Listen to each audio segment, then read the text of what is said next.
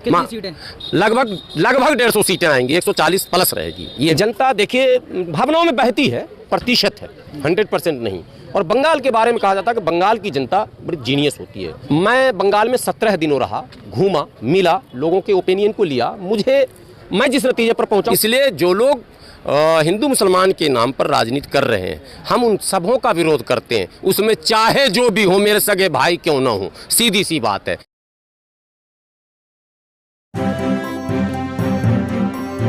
Media voice, आपकी आवाज। बंगाल चुनाव पे बात करने के लिए मेरे साथ सोशल एक्टिविस्ट गुलाम सरवर साहब हैं, जो खुद बंगाल घूम के आए हैं और वहाँ के राजनीतिक हालात को जायज़ा लेके आए हैं। तो क्या लगता है कि बंगाल का सूरत हाल इस बार क्या होने वाला है? देखिए, पश्चिम बंगाल का इस बार जो है चुनाव वो थोड़ा सा बदला हुआ है, और जो बदला हुआ है वो कुछ और ढंग से बदला हुआ है। लेकिन जो आप टीवी चैनलों पर देख रहे हैं वैसा कुछ नहीं है। टीवी चैनलों पर ये दिखाया जा रहा है कि प्रधानमंत्री जी के रैली में, गृह मंत्री जी की रैली में और भाजपा अध्यक्ष की रैली में बड़ी भीड़ आ रही है, और उनके दावे भी हो रहे हैं 200 पार के। लेकिन कुछ बताऊं उससे पहले एक कहानी सुनाता हूं। दिल्ली चुनाव जब हो रहा था तो माननीय गृह मंत्री अमित शाह जी ने कमान संभाला था खुद अपने हाथों में, और हैंडबिल घर घर बांट रहे थे, वो तो याद होगा आपको। एक वीडियो बहुत वायरल हुआ था जब मनोज तिवारी और गृह मंत्री अमित शाह जी किसी के घर में खाना खा रहे थे। भरपेट खाना खाया, खूब पौष्टिक आहार था, अच्छा खाना था, हम लोगों को नहीं मिल पाता वो खाना। लेकिन परिणाम क्या हुआ वो आपके सामने है दिल्ली का। उसके बाद एक वीडियो और आपने देखा होगा संबित पात्रा का, जब पुरी से 2019 में चुनाव लड़ रहे थे, वो भी खूब खाना खा रहे थे। गरीब के घर में खाना खाना, दलित के घर में खाना खाना। अंजाम क्या हुआ? 2019 में मोदी लहर के बावजूद भी संबित पात्रा चुनाव हार गए थे। बंगाल में जो इन्होंने शुरुआत किया है वो खाने के पॉलिटिक्स से शुरू किया था। दलितों के घर खाएंगे तो आदिवासी के घर खाएंगे, तो ये सब चला खूब, और अब भी चल रहा है। तो ये खाने उने की पॉलिटिक्स से चुनाव जीता नहीं जा सकता। जनता देखिए भावनाओं में बहती है, प्रतिशत है, 100% नहीं। और बंगाल के बारे में कहा जाता है कि बंगाल की जनता बड़ी जीनियस होती है, बातों को परखती है, तौलती है। मैं बंगाल में 17 दिनों रहा, घूमा, मिला, लोगों के ओपिनियन को लिया, मैं जिस नतीजे पर पहुंचा हूं, कोई ज़रूरी नहीं कि 100% वो सच ही हो, लेकिन मेरा अपना एक अनुमान है। समाज की बातों को समझने का अनुभव हमें भी है। मेरा अपना एक अनुमान है कि वर्तमान सरकार ही फिर से रिपीट करने जा रही है, यानी कि ममता बनर्जी किसी न किसी तरह से सरकार बना लेगी। हाँ, पहले जब 200 प्लस सीट था वो इस बार नहीं हो पाएगा। उसके कई और भी कारण हैं। केवल भारतीय जनता पार्टी का प्रोपेगेंडा या वो जो भोंपू होता है, भोंपू भी चलता है ना इनका, केवल वही कारण नहीं बनेगा, बल्कि उसके एक कारण में असदुद्दीन ओवैसी साहब भी होंगे। दूसरे कारण में एक नया गठबंधन जो वजूद में आ रहा है, जिसमें कांग्रेस और कम्युनिस्ट के सभी धड़े हैं, और सेकुलर फ्रंट नाम की नई पार्टी जो अब्बास सिद्दीकी मैंने जिसके अगुआ है, उनका एक महाजोट, बंगला में बोलते हैं महाजोट, वो महागठबंधन जो वहाँ तैयार हो रहा वो भी प्रभावी है। तो उससे भी ममता बनर्जी को कुछ न कुछ नुकसान होगा। लेकिन सरकार जो बनेगी वो ममता बनर्जी की ही बनेगी, ये मेरा अनुभव है। एक और तजर्बा जो वहाँ हमको मिला वो ये मिला कि बंगाली जो मूल हैं, मूल बंगाली जो हैं वो ममता बनर्जी के साथ हैं, और जो परप्रांतीय हैं जो जाकर बस गए, जैसे बिहार से, मध्य प्रदेश से, यूपी से, बहुत सारे लोग हैं, लाखों की तादाद में, और महानगरों में ज़्यादा हैं, कोलकाता वगैरह में बड़ी तादाद है इनकी, कई सीटों पर ये प्रभावी भी है, और वो चीज़ दिल्ली में भी आपने देखा होगा। तो ये जो परप्रांतीय हैं ये ज़्यादातर भारतीय जनता पार्टी के साथ हैं। अच्छा, ममता के काम की जगह जो है नारे पे, जय श्री राम के नारे पे पॉलिटिक्स हो रही है, तो क्या फ़र्क पड़ेगा उससे? देखिए, ये तो देश का दुर्भाग्य है कि सत्ताधारी दल भी और विपक्ष भी कहीं न कहीं भावनाओं के समर में ही अपनी नैया पार लगाना चाहती है। काम पर कहीं बहस हो नहीं रहा। काम पर बहस होता तो किसान 100 दिन से धरने पर बैठे रहते, बहस हो जाता। और अब तक यही पता नहीं चल पाता कि किसान के हित में है कि विरोध में है। सरकार अभी भी यही रट लगा रही है।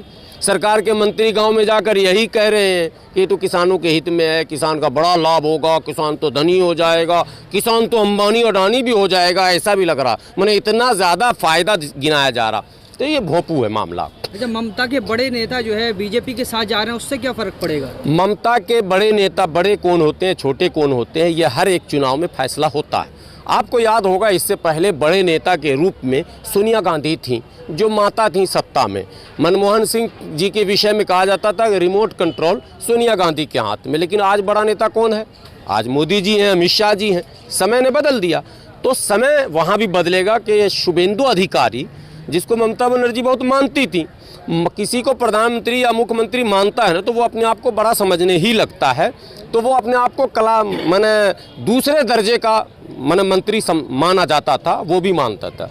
लेकिन वो भाजपा में चले गए। क्यों गए? अब इसके पीछे आप देखिए वो चैनल क्या दिखा रहा। इससे पहले शारदा का मामला आया 2016 के चुनाव में उठाया गया था, जब पिछला चुनाव 5 साल पहले था। 19 में भी कोशिश की गई उसको भुनाने की, नहीं कामयाबी मिली। और शारदा के मुख्य आरोपी वो भाजपा में शामिल हो गए और सांसद हैं। आपको पता है शारदा के मुख्य आरोपी थे, सीबीआई उन्हीं के पीछे लगी हुई थी, लेकिन भाजपा में जाते ही फिर मामला सब फिनिश हो गया। शुभेंदु अधिकारी पर भी जांच की बात हो रही थी। बंद दरवाजे में यह बात थी कि शुभेंदु अधिकारी ने ममता के नाम पर बहुत कुछ लूटा है। ममता बनर्जी चप्पल पहनकर चलने वाली, ममता बनर्जी ने जो जीवन यापन किया है राजनीति में, भारत में गिने चुने लीडर वैसे मिलेंगे। आज भी 100-200 रुपये की साड़ी और 100-200 रुपये के चप्पल में वो रहती है। और उसका ममता बनर्जी का एक पूरा आप देखेंगे बायोग्राफी जब निकालेंगे तो पता चलेगा कि कभी इसने उस कल्चर को लाइक नहीं किया जो आज 5 स्टार कल्चर को नेता लाइक करते हैं, वो नहीं किया। अब रही बात के उसके नाम पर सत्ता, तो सत्ता है भाई, सत्ता के नाम पर धौंस दिखाकर कोल फील्ड है, वहाँ दुर्गापुर है, आसनसोल है, रानीगंज है, वो सब पूरा जो है इंडस्ट्रियल एरिया, वहाँ चलता है, लूट हर जगह होता है। तो शुभेंदु अधिकारी सबसे ज़्यादा लूटने वालों में थे, लेकिन चूँकि इनके ऊपर आँच आने वाला था तो इन्होंने क्या किया, इन्होंने क्या कि भाजपा ज्वाइन कर लो। सबको अब एक बात पता चल चुका है देश में कि अगर फंसने लगो तो भाजपा ज्वाइन कर लो। ये एक अच्छा फार्मूला निकला हुआ, कोई भी फंसे कहीं भी भारत में वो भाजपा ज्वाइन कर ले। और भाजपा ज्वाइन नहीं करेगा और कोई सच भी बोलेगा तो फंस जाएगा। इसके लिए कुछ बताने की ज़रूरत नहीं। अभी दिशा रवि को ज़मानत कल ही मिली है, आप लोग समझ रहे हैं। इससे पहले पत्रकार के साथ जो हुआ वो भी आपने देखा, उससे पहले जो सब देख ही रहे हैं। कुछ नेताओं के साथ जो हो रहा वो भी आप देख रहे हैं। ममता बनर्जी के करीबी जो है अब्बास सिद्दीकी ने पार्टी बना ली है, तो उससे मुस्लिम वोट पे क्या फ़र्क पड़ेगा? फ़र्क पड़ेगा। अब्बास सिद्दीकी राजनीति में पहली पारी ज़रूर खेल रहे हैं, लेकिन वो एक बड़े ऐसे खानका से जुड़े हैं। देखिए भारत में ना आश्रम और खानका की भूमिका अभी ख़त्म नहीं हुई है। अभी भी आश्रम का असर, हरियाणा चुनाव में आप देखते थे, धन धन सतगुरु तेरा ही आसरा, जो बाबा राम रहीम थे, सारे राजनेता वहाँ मत्था टेकने जाते थे, उनका आशीर्वाद लेते थे मैं लगा रहा हूँ, चूँकि अब मामला कुछ और हो गया बाद में। तो आश्रम का, खानका का इसका रोल रहा है राजनीति में। पश्चिम बंगाल में लिटरेसी की बात मैं करूं तो भारत के पिछड़े मुसलमानों में बड़ी आबादी असम और बंगाल में रहती है, जो एजुकेशनल अभी भी बैकवर्ड है और तालीम की कमी है। तो भावनाओं में बहेंगे, जाहिर सी बात है। ममता बनर्जी को तो इसका खमियाजा चुकाना पड़ेगा, लेकिन इसमें ममता बनर्जी कहीं ना कहीं बड़ी चूक की है। ममता बनर्जी को अब्बास सिद्दीकी से बात करनी चाहिए थी। अब्बास सिद्दीकी के जाहिर सी बात है मुसलमानों के ताल्लुक़ से कुछ मांग थी, जिसको ना मानने की बुनियाद पर यह फ़ैसला इतना बड़ा लिया गया। अब्बास सिद्दीकी अगर कुछ और कदम उठाते तो वो MIM में जाते, चूँकि वैसी साहब तो उन्हीं के दरवाजे पहले गए थे, लेकिन उन्होंने पार्टी बनाई, गठबंधन किया है। इसका मतलब है कि वो मज़े खिलाड़ी हैं, अच्छी पारी खेलेंगे और ममता को नुकसान पहुंचाएंगे। लेकिन ममता चूँकि 200 प्लस में अभी मौजूदा वक्त में वो है, सबके भागने के बाद भी अभी 198 मौजूद हैं वहाँ, तो और अब लगभग नहीं भागेंगे। एक आध विकेट टिकट उकट के चक्कर में कोई और जा सकता है। तो 60% 70% रिजल्ट ममता के फेवर में है। 130 से 40 मेरा अपना निजी अनुमान है, देखिए आगे क्या होता है। यानी CA और NRC का मुद्दा जो है कितना असर दिखाएगा? देखिए CA NRC के इशू पर अगर वोट किसी को कोई देता है तो उसका हक तो सिर्फ ममता बनर्जी को है वोट लेने का। उसने जिस तरह का विरोध किया पूरे भारत में किसी ने वैसा विरोध नहीं किया, ये सच्चाई है। तो बीजेपी को तो फायदा मिलेगा इससे? बीजेपी को अब नुकसान हो रहा है ना। देखिए आसाम में और बंगाल में मामले अलग हैं और अन्य राज्यों में मामले अलग हैं। आसाम में CA का विरोध कोई मुसलमान नहीं कर रहा, चूँकि एनआरसी का मांग भी किस जो किया था वो आसाम के उन छात्रों ने किया था, और 76 से चल रहा है ये मांग एनआरसी का। 71 में ये मामला आया जब पार्टीशन हुआ पाकिस्तान का 71 में, तो जाहिर सी बात है उठापटक हुआ तो लोग तो आए, घुसपैठिए तो हैं साहब, लेकिन वो घुसपैठिए इलीगल नहीं है, वो उस समय की प्रधानमंत्री श्रीमती इंदिरा गांधी की अनुमति से आए हुए लोग हैं। 60 लाख तकरीबन लोग आए थे उथल पुथल में, जो हिंदी भाषी थे, और उनको शरण दिया गया था। अब इन्होंने शुरू कर दिया मामला, तो आसाम के लोगों को जब लगा कि मेरे ऊपर कल्चरल अटैक होने वाला है, तो उन्होंने ये मांग किया। मांग राजीव गांधी ने मानी 1985 में, जो आसाम अकॉर्ड साइन हुआ था, तो उनके मांग पर आपने एनआरसी कराई। एनआरसी में 19 लाख लोग आ गए, तो अब उनका कहना है कि वो 19 लाख लोगों को आप बाहर कीजिए, सीए में आप फिर 16 लाख को अंदर करेंगे, तो विरोध कौन करेगा? वो कर रहे हैं, हम नहीं कर रहे हैं। तो आसाम का मामला अलग है, बंगाल का मामला अलग है, दिल्ली का मामला अलग है, उत्तर प्रदेश का मामला अलग है। यहाँ हम विरोध इसलिए कर रहे हैं कि यहाँ दूसरा लॉजिक सेट हो रहा, वहाँ के लोग सीए का विरोध कर रहे हैं और एनआरसी का समर्थन कर रहे हैं, और हम एनआरसी सीए दोनों का विरोध कर रहे हैं। अंतर समझ गए ना? इसी तरह बंगाल में क्या है, बंगाल में जो अधिकांश लोग हैं वो बांग्लादेश से आए हुए मेन शहर में बसे हुए हैं। अब उनको दो बातें हैं, भाजपा कह रही है कि सीए के अंतर्गत तुमको हम नागरिकता देंगे, उनका कहना नागरिकता तो ऑलरेडी मुझे मिला हुआ, घर है, मकान है, वोटर आईडी कार्ड है, राशन कार्ड है, पहचान पत्र है, पासपोर्ट है, सब कुछ उनके पास है, नौकरियों में वो हैं। कुछ लोग हैं, एक समुदाय है मतौवा जिसको कहते हैं, उनके लिए कुछ कंडीशन अभी है, लेकिन उनके विषय में उनके नेता अब कहते हैं कि भाई ये नहीं कर सकते, ये नहीं कर सकते, यानी ये सिर्फ कहने में विश्वास करते हैं, करने में नहीं करते। चूँकि 1 साल अब हो गया ऑर्डिनेंस को पास हुए, धरातल पर तो आया नहीं। मजनू के टीला पर चले जाइए, आप ओपिनियन लेकर आ जाइए, पाकिस्तान के लोग हैं, मिल गए क्या नागरिकता? बिजली पानी तक की सुविधा नहीं है साहब। आपने कह दिया, आपको पोलराइज करना था, आपने कह दिया, देश के हिंदुओं को लगा कि मुसलमान का चूड़ी अब टाइट हो जाएगा इस बार, यही मुद्दा है वोट मिलने का, चूड़ी टाइट कर दो, और चूड़ी कहीं टाइट वीट हो ही नहीं रहा।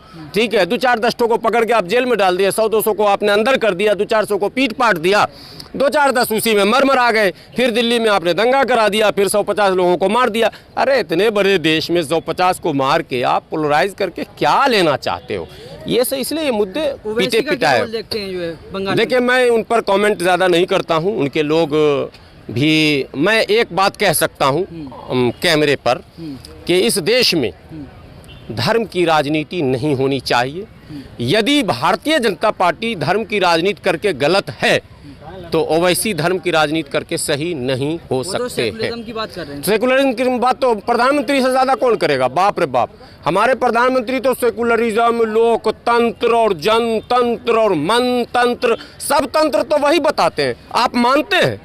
आप मानेंगे कि प्रधानमंत्री सेकुलरिज्म को बचा रहे हैं? देश में जो कुछ हो रहा, गुंडे घुस रहे हैं केंद्रीय मंत्री के साथ, कल की घटना है, वालियान साहब की बात कर रहा हूं मैं, गुंडे घुस के घर में पीट रहे हैं। लोकतंत्र यही है। प्रोटेस्ट करने वालों को आप पीटेंगे, ये लोकतंत्र है?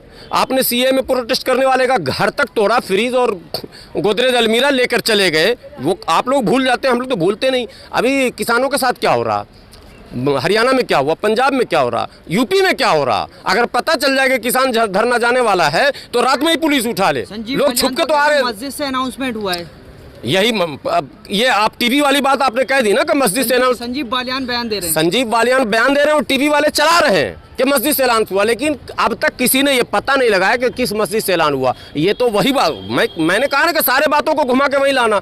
धर्म की राजनीति हो रही है, और धर्म की राजनीति इस देश के लिए खतरनाक है। ये सेकुलर नेचर का देश है भारत, यहाँ सेकुलरिज्म ही चलेगा।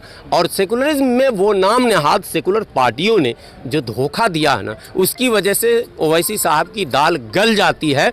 अगर ये सेकुलर पार्टी ठीक होते तो ओवैसी साहब की कहीं दाल नहीं गलती। इसलिए जो लोग हिंदू मुसलमान के नाम पर राजनीति कर रहे हैं, हम उन सबों का विरोध करते हैं। उसमें चाहे जो भी हो, मेरे सगे भाई क्यों ना हो, सीधी सी बात है। बात रोजी की कीजिए, रोटी की कीजिए, पढ़ाई की कीजिए, दवाई की कीजिए, कमाई की कीजिए। इन सब मुद्दों पर आप बात देश में नहीं कीजिए। देश, आप कह रहे हैं देश का इकोनॉमी देख लीजिए क्या हाल है, रोजगार का क्या हाल है, सारे मसले हैं। इसलिए बिल्कुल आप जो भी सवाल कर रहे हैं, वो बंगाल की जनता कंसस है, कान खड़ा किए हुए। सवाल, बंगाल में कौन आ रहा है फिर? ममता बनर्जी आएगी। कितनी सीटें? लगभग 150 सीटें आएंगी, 140 प्लस रहेगी, ये मेरा अपना अनुमान है। बाकी क्या होगा कल वो तो खुदा जाने, लेकिन मेरा अनुमान है कि 150 तक तकरीबन सीटें आएंगी और गठबंधन की ही सरकार बनेगी, यानी थोड़ा सा सपोर्ट रहेगा बस।